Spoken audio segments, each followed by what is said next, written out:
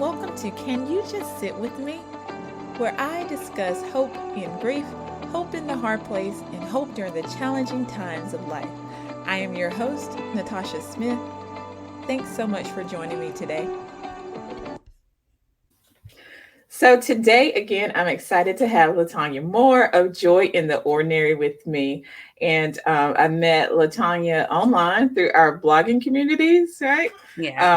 And connected with her over homeschooling because we share that commonality. And she writes about pursuing joy, embracing the present, and living fully. And I'm so looking forward to our convo today on parenting while grieving. So, hi, Latonya. Hi, Natasha. Thank you so much for allowing me to hang out with you today. I am so excited to be here. Yay. Awesome, awesome, and just welcome again to Can You Just Sit With Me? So, how have you been? I am doing fairly well today. Mhm. Every day is not the same, but today in this moment, I'm doing good. Excited about all that today may bring. It might not all be great things, but I feel ready to take on the day. Awesome, I love it. So, again, today we're going to be talking about parenting while grieving, and I wanted to kind of have this discussion for our listeners to kind of let others know that they're not alone. I mean, it's kind of like the full premise of Can You Just Sit With Me? Just having others to sit with us in the hard times when we're grieving, in the challenging moments of life. So that's the whole premise of this, is to kind of let others know that they're not alone in what they're going through. And so, and just to offer some encouragement for those who are experiencing this parenting while grieving and may hear and need this in the future. So, Latonya, can you just kind of tell us a little bit about your story and kind of how it relates to parenting while grieving? Yeah. So I've been, grief didn't just start in the 2020s or the 2010s, but I've had moments of grief throughout my life. And as an adult, like what I'm going to talk about today is more focused on the grieving that I've experienced more recently. So in 2019, I was in a car accident, and that car accident brought me to this place of experiencing extreme loss. And when it happened, I didn't realize that even though we didn't have a loss, I'm not going to say even though, we didn't experience a loss of life in that car accident, but there was loss that was represented in that car accident that I didn't expect. And I didn't know would bring me to a place of being diagnosed with post-traumatic stress disorder, anxiety, and depression. And then on top of that, so about 6 months after the car accident, my aunt passed away, and it was at the very beginning of COVID. And then a few months after that, my father-in-law passed away. So it's just been a season of grief through. And then and not only like the lives that were lost, not only the loss of how I formally identified myself, but then also the loss of the way relationships were, because as I've been healing, I've had to enforce new boundaries. And in some ways I've changed. Like the core of myself is the same, but what I can handle and what I can deal with has changed. So I have a little less patience to kind of let people just be whoever they want to be. They can be whoever they want to be. They just might not be able to be that way around me because I just don't have the space for it. Mm-hmm. So that's a little bit about that's a little bit about some of the things that I've been grieving. And then as a parent, my daughter, so I have 2 daughters, and I think age does matter because little kids, it looks different, but then you get the middle-aged kids, that's gonna look different, and then you have your teens and some of us have adult children. I don't have adult children yet, but my daughters are ages 14 and 16. So they are very much, and they were very much aware of all of the things that I was going through because I lived it in front of them. I got to a point where I was tired of crying in front of them. I was like, goodness, I don't want to make my kids sad. But the reality is the tears came whenever they wanted to come, and I couldn't really do anything about that.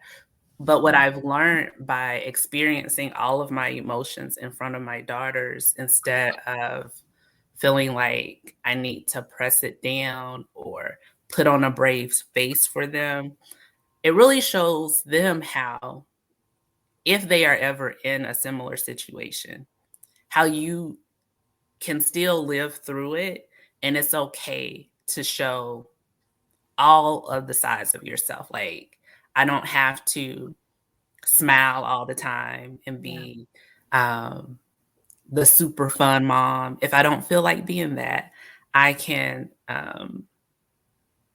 show up however I'm showing up in that moment. And I think that gives them the freedom to also show up however they need to show up in any moment.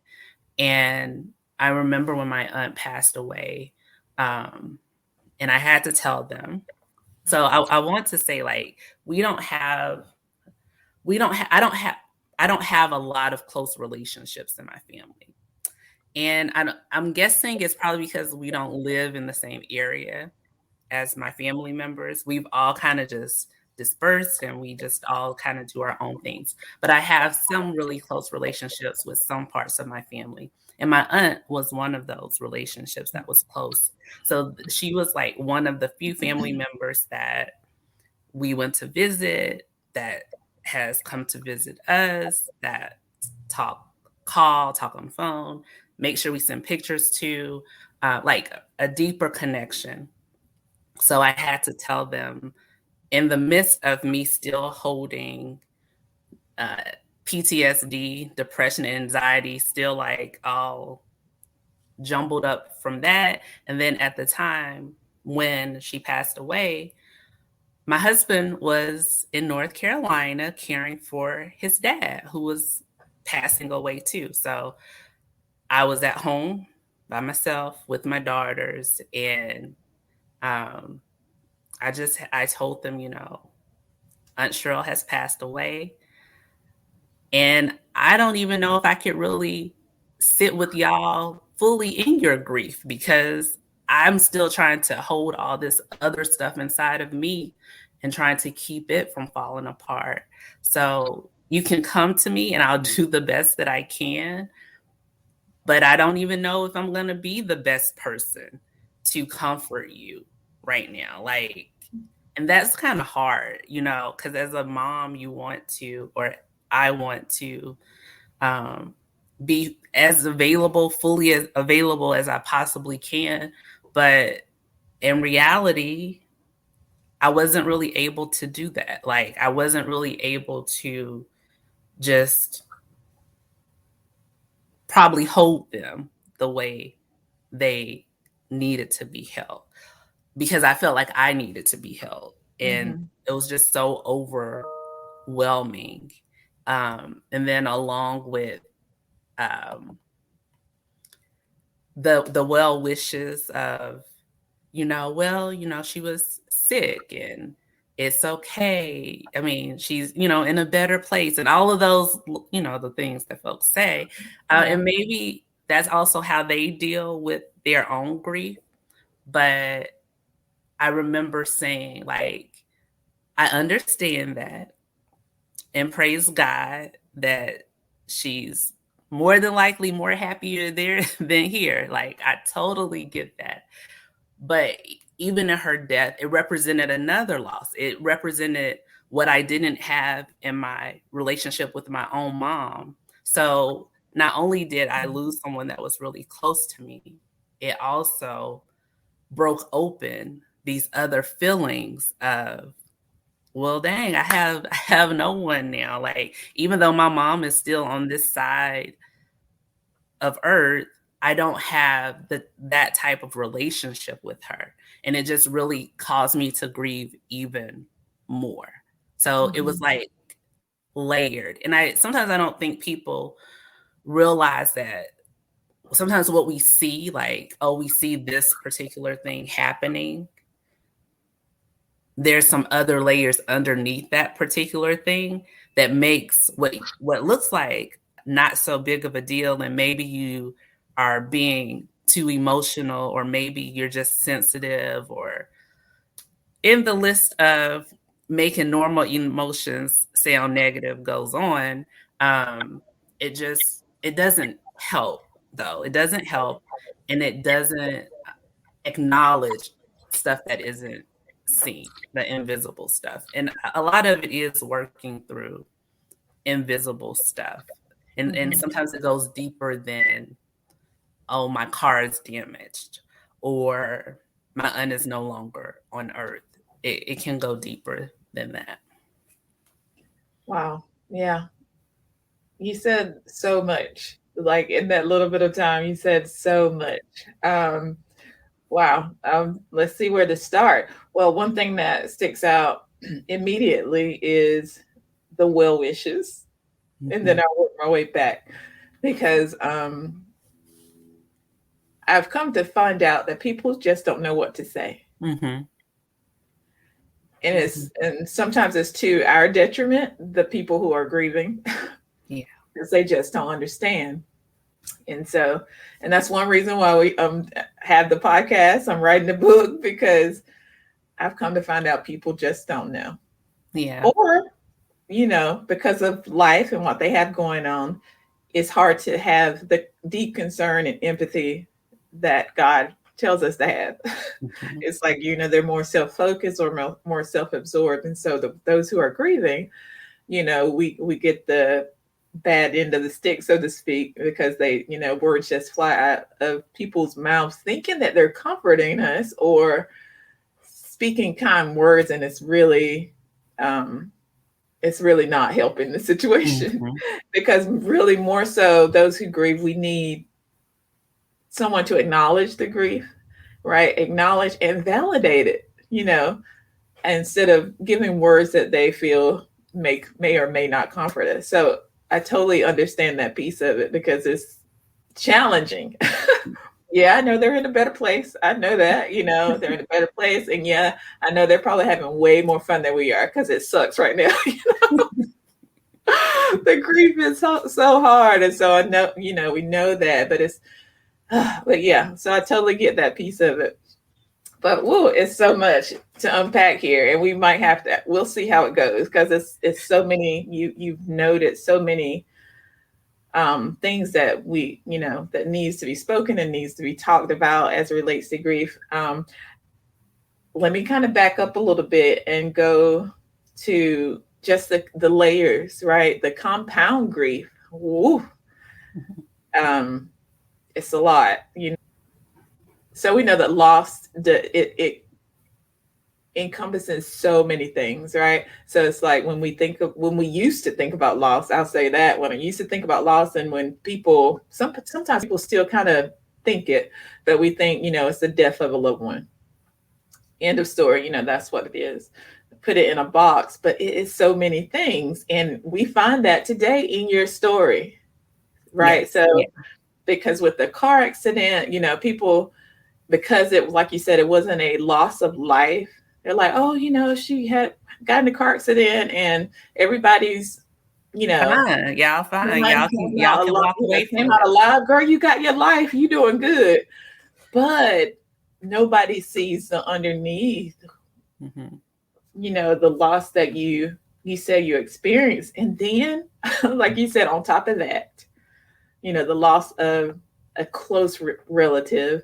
And I totally understand what you're saying there with, you have family that's not close, but you that close one, and then you lose her on top of your husband having to care for his dad, who was also passing away.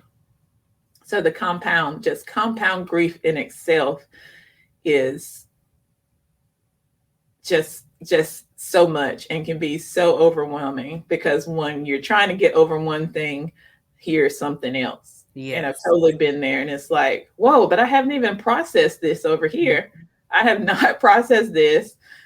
And it just seems like it keeps coming. So as you perfectly put it, a season of loss, or a season, of grief, and it's very, very challenging. And so on top of that, you're parenting. Yes, sort of. I'm trying. I know, sort of trying. And homeschooling. I'm just going to throw that in there because you're homeschooling too. Yes, sort of trying. Yeah. So, wow. Yeah. So with I will say that I'm not doing any of this alone. And yeah. I think that's good. And that's what has helped me. When I had the car accident, I knew that mentally something was wrong with me. And I'm not saying wrong as in broken. Yeah. Something was different about me after that moment than before that moment. And so I really was in a frozen state for weeks, just sitting in our little lazy boy chair, living off of Madam Secretary, because I just didn't even know what else to do with myself. But once, because, I like to try to follow the rules and let everything take its course. And sometimes being that way may not always be good. I'm just saying, y'all, sometimes you can't just always follow the rules. It's not always for your best interest. But at any rate, I went to my primary care physician, and he was, I don't even really want to talk about him too much. I'm not going to give him too much of my time, but he was just like, he was one of the people. Did someone die? Do you basically see yourself? This is not normal, the way your emotions are. I would argue that you probably have some type, a stress disorder. And even though he's like, here's some pills. I gave these pills to my mom when she lost her husband. So I wouldn't, and I'm like, but I don't want to do this. I don't know what I want to do, but I just know something's wrong with me. So I'm just like, can you just give me a list of therapists to talk to? So it was very hard to, people don't return your phone calls. Wow. That was a struggle. But I found 2 therapists. I found a Christian therapist. And then the other therapist, I didn't know if she was Christian or not, but I worked with her for 2 years, and she was also a Christian therapist. Her practice just wasn't labeled Christian therapy. Mm-hmm. But the cool thing about if you kind of live out your faith, not kind of, but if you live out your faith, you don't necessarily have to label yourself. It'll show up at some point. And so then I was like, are you a Christian? I just asked her. Well, I probably asked her if she was a believer or something like that. And her answer was yes. I do, she is a Christian. But I didn't walk through it by myself, is kind of what I want you all to know. So I had 2 therapists starting off because I was in such a crisis mode. And one of the therapists, she only saw people bi-weekly, and I needed someone to talk to every week. So I kind of stacked them on top of each other to make sure that I had this space every week. And a lot of it was just me going to the office to cry, just sitting and having the space to cry with someone. In that car accident, it also broke apart, like I said, layers. It broke apart layers because it reminded me you mentioned empathy earlier, and the first thing I said to both therapists when I ended up on their couches is that what really made me mad, I really want to use a different word right there, but what really made me mad was that the people lacked empathy. It Mm-hmm. was no regard that, yes, we are still alive, but we are still alive because I was obedient and I heard God tell me to look and see that this big car was about to plow us off the road. So the accident that we were in wasn't as bad as the accident that we could have been in. And to me, it felt like you would they would have a better understanding if we would have ended up in that first accident. Right. And it Wow. just don't make any sense. Like it doesn't Yeah. make any sense whatsoever.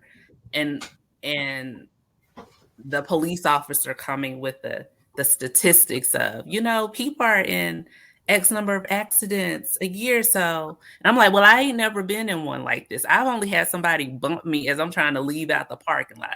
I've never Right. been knocked off of a highway going 70 plus miles per hour with my child in the car with me. Like, and you don't have any concern for her. And the lady who ran me off the road, her concern was, but you're okay, right? That was her response to me. And that it really just, I really just wanted Yeah. to shake her a little bit, but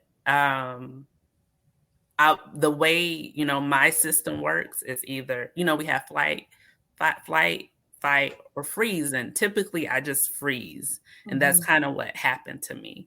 Um, but it wasn't pleasant, and it started this greater understanding for me. Like, I'm the one that's living with it, but I also have a greater understanding for other people. Like, I didn't really understand mental health issues beforehand, but now I have a better understanding because I have my own list of mental health issues, and I don't try to erase them. I might feel better today, but I still suffer from anxiety. Like, I have to tell my husband this, like, I know I look normal and life seems like it's going well.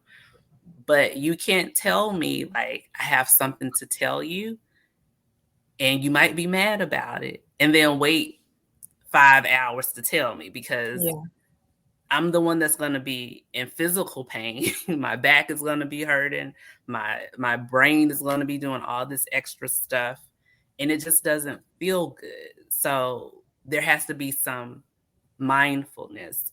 And beforehand, a lot of times anxiety can be like, oh, you're just nervous about something, or you just need to X, Y, and Z. But it's a real condition, and Yeah. it doesn't feel good. It doesn't feel good when you feel like your body is working against you.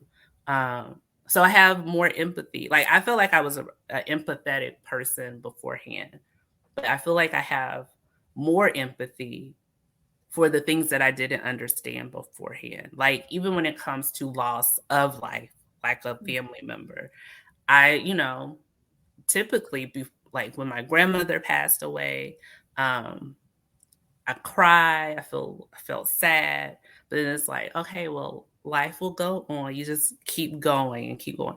But this time, it feels a lot different. It feels like I can wake up and say, well, I just miss her today. I just miss her. And that's okay that I miss her.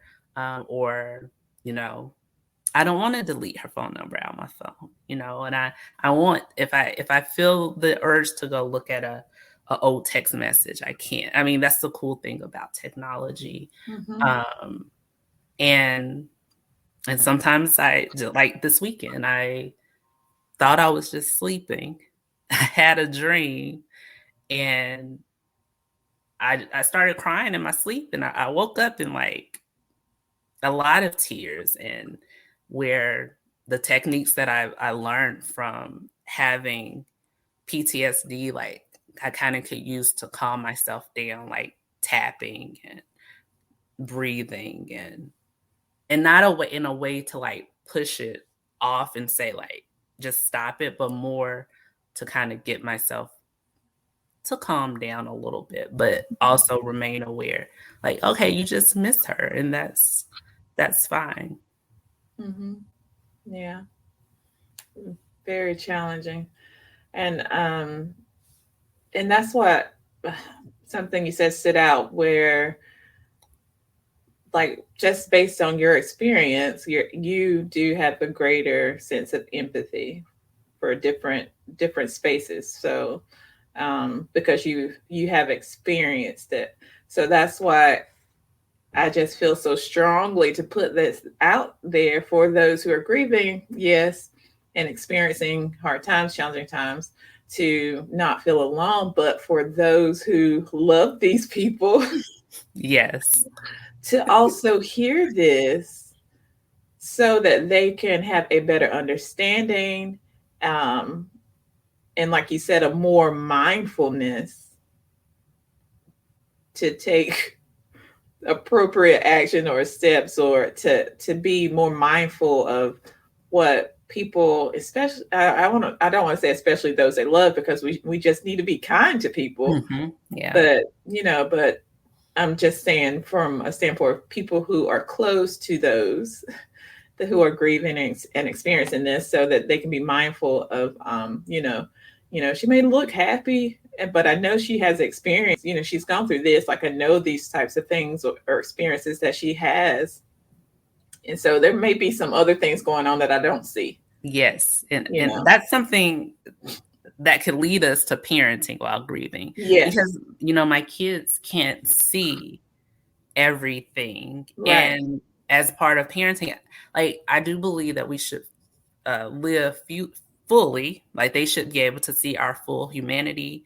We don't need to show up and be perfect, but we also should do a little protecting of them. And what I mean by that is, I tell my daughters all the time, like, you're not responsible for my emotions or my feelings. Like, these are my emotions. These are my feelings. Like, maybe you did do something that I'm not happy about, but that's for me to work through. It's not for you to feel the need to come in and fix it, because we're all learning together. So one thing is like reminding them, you're not responsible for how I feel. Like, if I'm feeling sad today, it's not your job to make me happy. Like, let me just feel sad. Like, it might be hard for you to watch. It may not be as comfortable, but it's not for you to fix. I don't ever want them to feel like they need to carry me. Like, well, I need to carry her. And honestly, I don't think these girls feel that way. They be off doing their own little thing. But I can see, like, because I do have a daughter that is, I would say they both are. I mean, we're all humans, so we all have emotions, but I think we have these different levels of sensitivity towards other people. And when you know that you have someone who is just as sensitive or empathetic as you are, as a mom, I just feel like I have to, like, help her to know, like, no. I know God made you that way, and yay that you have this big heart, but I don't want you to feel responsible for me in that way. And then along with that, parenting, motherhood has a lot of different responsibilities. Like, as you mentioned, I homeschool my daughters. My older daughter got her driver's license in the midst of all of this. Like, life doesn't stop just because things are hard. So then I show up in the ways that I can. So I can't teach you how to drive, unfortunately, because I just had a car accident, and you're a new driver, and I'm not trying to ruin it for you. So let's let your dad be the lead on that. But I will I took her to get her permit. And I did, when he was away, care for his dad. After I felt better, I took her to the empty parking lot for her to practice parking. So I did the things that I felt comfortable doing. I didn't do stuff just because I'm your mom and I have to do it. But I did the things like, okay, this is what I'm able to do. Would you like this from me? And you get to decide if it's enough or not. And it's fine. It's not going to hurt my feelings. Mm-hmm. And me teaching her or letting her practice her parking, that was my contribution. And she parks really good and she's proud of her parking. So yay for that. When it comes to homeschooling, educating them, they're not interested in going to high school, but I can't teach them everything. Like, I don't have the capacity to. So I invest, I spend money. Like, people say money can't make you happy, but money is contributing to making me happy and getting the things done that we need to get done. So we pay for people to teach them things like Spanish, German, writing, So my contribution is I can do grammar with you and I can do math. That's all I got. History, science, we can take classes, you can read books, there's all these other ways that you can get it. And I'm not going to feel guilty about not being able to give you every little thing, because if I'm totally honest with myself, I probably would have forced myself to do these things beforehand, but now I have the freedom to say, you know what? So there's some lessons learned in having these big losses that can make for a better life in the long run. And that's letting go of trying to do everything, because when you don't feel well emotionally or mentally, it's crazy. Well, I shouldn't use the word crazy, but it's not good to try to add more and more to your plate. So my plate isn't heavy. It isn't heavy at all. Like, I try to keep it as light as possible. And I'm very intentional about how I'm going to challenge myself. And if I know I'm challenging myself in one thing, I'm giving myself permission to let go of something else. So in our homeschool, like, okay, I'm going to do these things, and I can support you. I can answer questions. I can lead you to the right direction, but I'm not an 8-hour teacher. I'm not even a 3-hour teacher. I'm more like a 90-minute teacher. And I'm not even a 90-minute teacher 5 times a week. And when I say teacher, I mean academics, because life is all about teaching. So I feel like they'll have all the things that they need based on whatever God has called for their lives. And I don't know what that is. And I think that's another type of freedom that I've experienced, because I don't try to be a mind reader anymore. I don't try to think about the future so much that is detrimental to the present moment. I can think like, well, maybe we should practice writing, because I know that you're going to write something in the future. You might not write a book, but you might have to write something. And that's just because any job that you get as you continue to move up with it, it's all about writing. You just got to write. Everybody wants your ideas and your thoughts on paper. So I know that that's something that you need. So that's as far as I'm going as it comes to thinking about the future. And then giving them space, like by sharing my own, like, this is hard. I'm disappointed about this, or this doesn't feel good to me. That also gives my daughters the opportunity to use that same language. So when I'm working through anxiety, and we are technically still in a pandemic, my daughters share, okay, I'm having anxiety. So we did an anxiety program together at the beginning of, like, in 2020, through, it's called Go Zen. It's not faith-based or anything like that, but it was a really good program, in my opinion, that helped my daughter and myself work through, like, what does anxiety look like? What is happening in your body when you're starting to feel anxiety? So there's this, like, understanding that there are tools all around you to help you. And even with grieving my aunt, like, I check. Even though I wasn't sitting on the couch crying with them, like we all grieved, and that's the other thing, giving everyone permission to grieve however they need to grieve. So I have one daughter who's like, I'm okay. I feel sad for our uncle because now he's there alone. But so her empathy is more on who is left. Not necessarily, I'm sure she missed our aunt, like she's not here anymore, but that's where her mind is like, what about, our uncle? He's now alone. And then my other daughter is probably more of a crier and just needing to get her emotions out that way. And then realizing that crying is cleansing. It's helpful. It's good for you. It's allowing your body to do what it needs to be done. And then for my own grief, realizing, okay, her death, I miss her, but it also represents these other areas of loss in my life. And so working through those other areas, which I've done, and I feel so much better, like with new boundaries, new expectations, and honestly, a lot of letting go.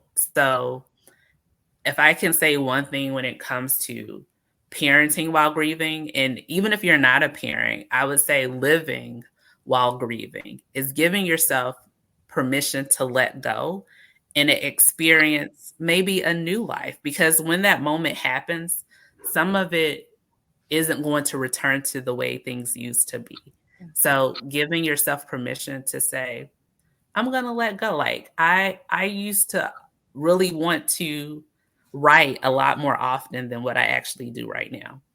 And I don't write that much, but it's okay because I do other work that's just as fulfilling to me. And it's making me happy and I enjoy it and it's challenging. And because I know I can't hold 50 things, like writing takes a lot of time and energy. So all I have to give is what I write in my journal. So I technically do write. I just don't write for everyone to consume. It's okay. So I let go of the pressure to be on all the time because I wanted to write in a different way. But now I write in the way that I want to write, and I let go of those former ideas. And now I can see, okay, it doesn't mean that desire won't return in the future, but right now I'm experiencing joy in what I'm currently doing and what feels good to me in this moment. I want to kind of go back to, or just to kind of list some of the things that you mentioned about parenting while grieving. I love how you said, you told the girls that you are not responsible for how I feel. Not I at think all. that is huge because I know so many people our age or around our age, were traumatized as kids because of parents, having issues. And I say issues, but probably just dealing with life and just not knowing how to do that while parenting. Yeah. So I love that you are not responsible for how I feel. And that's what you tell your kids. And then I love, you had mentioned this earlier and even just a few minutes ago, just being honest with them, being honest and being authentic with them about how you're feeling, and not just, like you said, having to put on a front or a smiley face when things just aren't that way. And I think that that's so important. I know I have wrote a piece about how 2020, in 2020, I showed my kids that it's okay to cry because I had been that person, I have just like a history of just grief, loss after loss after loss. And I've always been that person to say, I don't want to be sad in front of them. I don't want to cry in front of them. So I'd always leave the room. I'll just always bottle it up. But 2020 was just like, let it go. Let it go. Yeah, it was all boiling up anyway. It was bound to come out sometime. And I just remember just crying because it was like my sister's birthday. and I just could not hold it in. Like I couldn't hold it in. And they're like, what's wrong, Mom? And I was like, well, it's my sister's birthday, it's your aunt's birthday. We would have did this, and this. And I'm just super sad that she's not here, and it felt great to tell them. And like you said, when we're able to be honest and not just put up a front, like every day it's like, oh yeah, and I'm happy mom all the time, when we're able to, it's okay not to be okay. And it teaches them that, we're human, we have emotions, and it's okay to have emotions, and teaches them healthy ways to process. So I love that, how you said, just being honest and authentic with them and giving them space themselves to do the same. um, and then you also mentioned, setting boundaries, Yeah. and then lightening your plate, letting go of some things. I thought, everything that you said was just so good. Let's see, what are some things? Do you do anything else that you do specifically for yourself as a parent to care for yourself? Oh yeah, I do a lot of things, y'all. Mhm. My mornings are heavy with me caring for myself.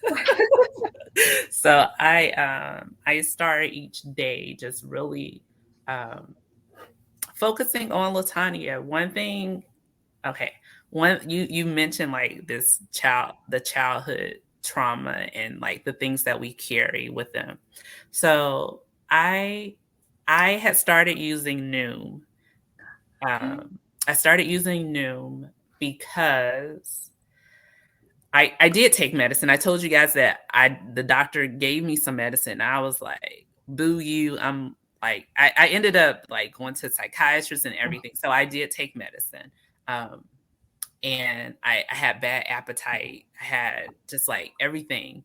And then pandemic happened, and so did additional body weight.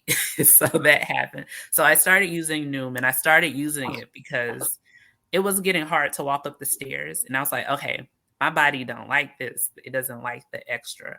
But me trying to like make myself exercise and do all this other stuff that um, people typically do when they try to lose weight, I knew that that wasn't going to really work for me. And so Noom is all about psychology and stuff. And I guess I'm sharing with y'all about Noom just to tell you this one part because I didn't want you to think like it was my idea. Um, and this was this year, so this isn't like a 2020 thing, but it said like dance with yourself or something, right? And the first time I did it, I danced to Whitney Houston. I want to dance with somebody. And I was Of like, okay, course. that was fun. And then like I was like, okay, I'm gonna do this again next week. And I was like, I don't know what song I'm gonna dance to. But the song that came to me, uh, well, actually, that wasn't the first song. The first song was a Stevie Wonder song, and I can't think of the name of it, but it's the song that Tori sung in the Sing movie.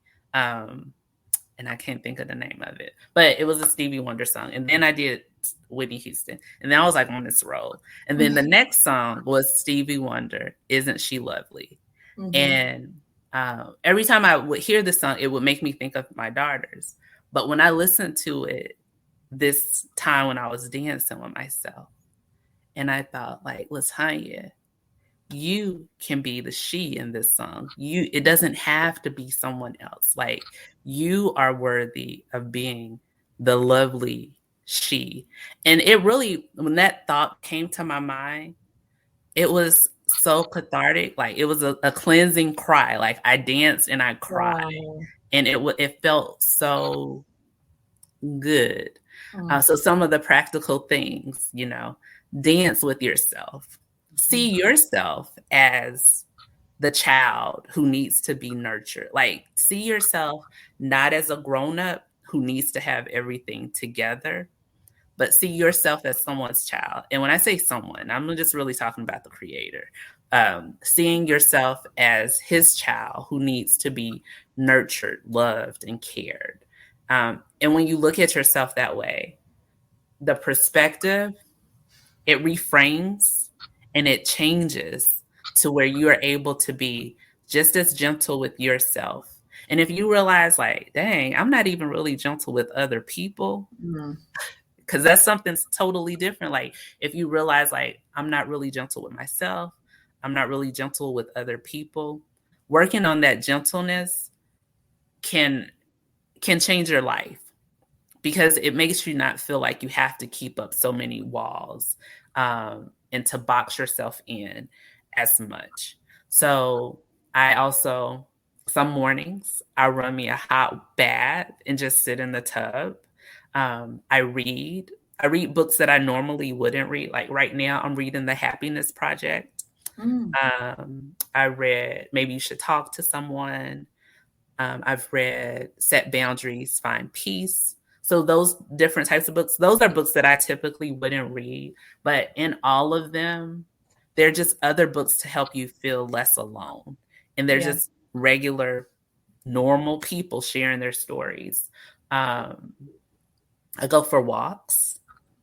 And if I can't go for a walk, I try to stretch, like just moving your body. It does something positive for your mind. And then I know mindfulness is a buzzword, or feels like a buzzword, but and it's something that I probably didn't practice beforehand, but I intentionally use like the Calm app or other apps to breathe. Just like that was something that I had to work on, because when stuff is hard, it can just make you feel like you should hold your breath until this moment passes. But I worked on breathing.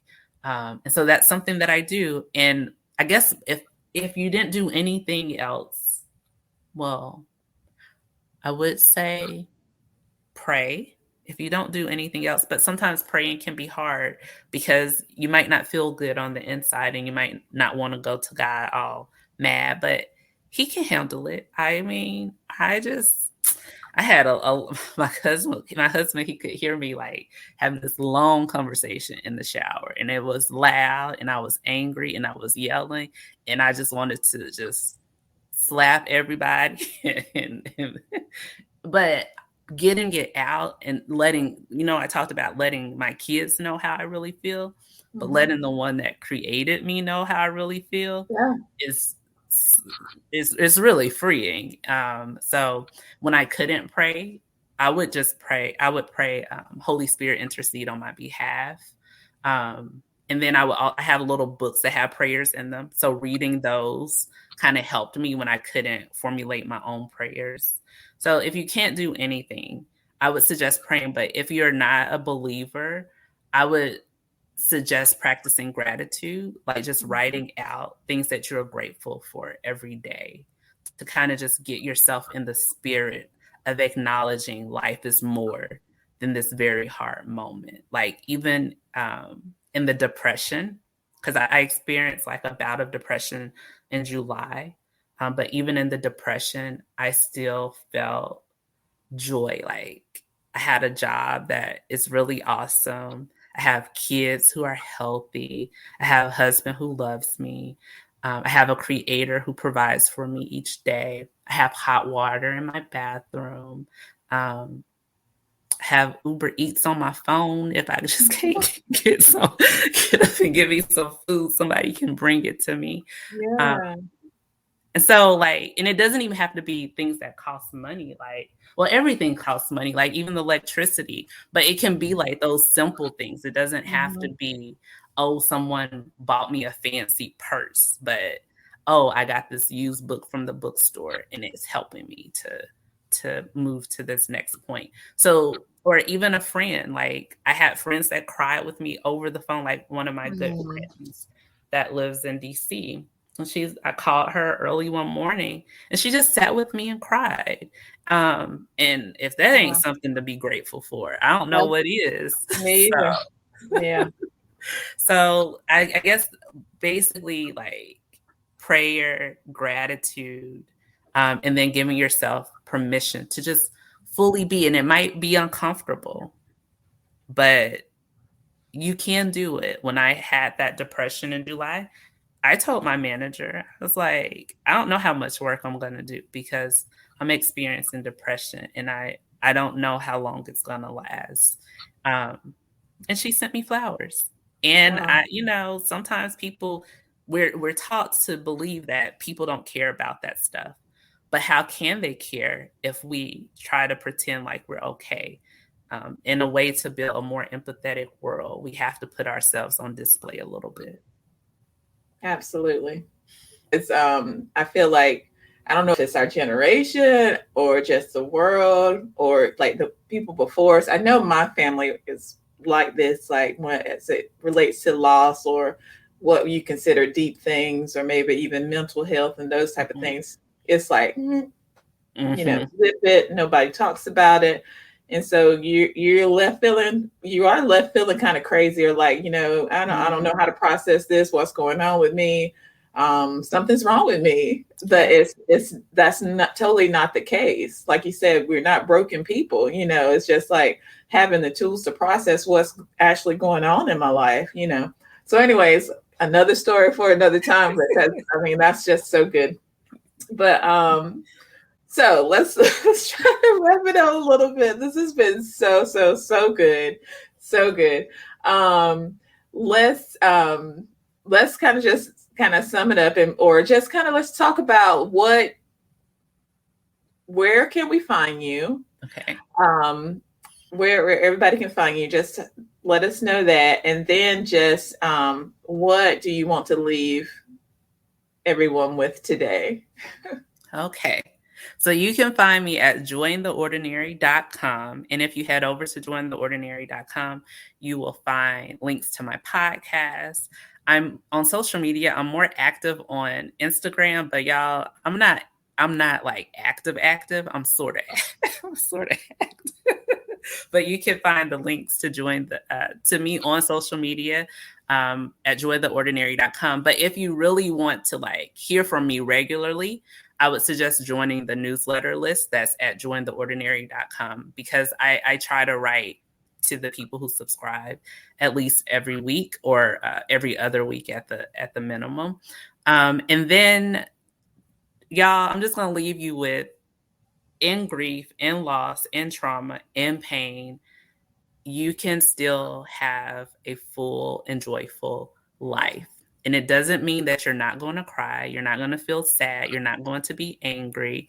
But it means that you can actually do both of them. And it's okay to experience both of them. It makes you more human when you experience both of them versus trying to only live in one.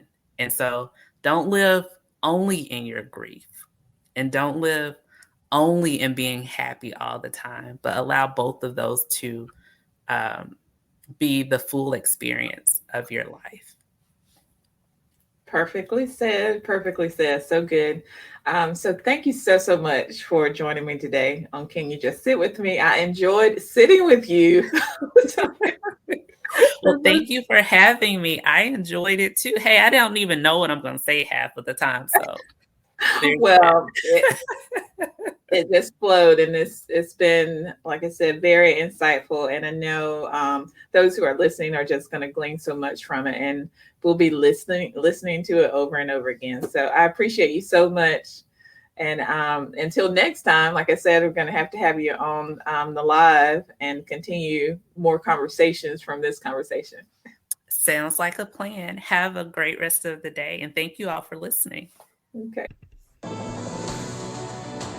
That brings me to the end of this episode. Thanks again for joining me, and thanks for listening to Can You Just Sit With Me? If you enjoyed the show, please rate and review us on Apple Podcasts, and be sure to come back for my next episode of Can You Just Sit With Me? Until then, this is Natasha Smith, helping you to find hope in grief, hope in the hard place, and hope in the challenging times of life. Be sure to connect with me across social media, Facebook, Instagram, and Twitter at I'm Natasha Smith.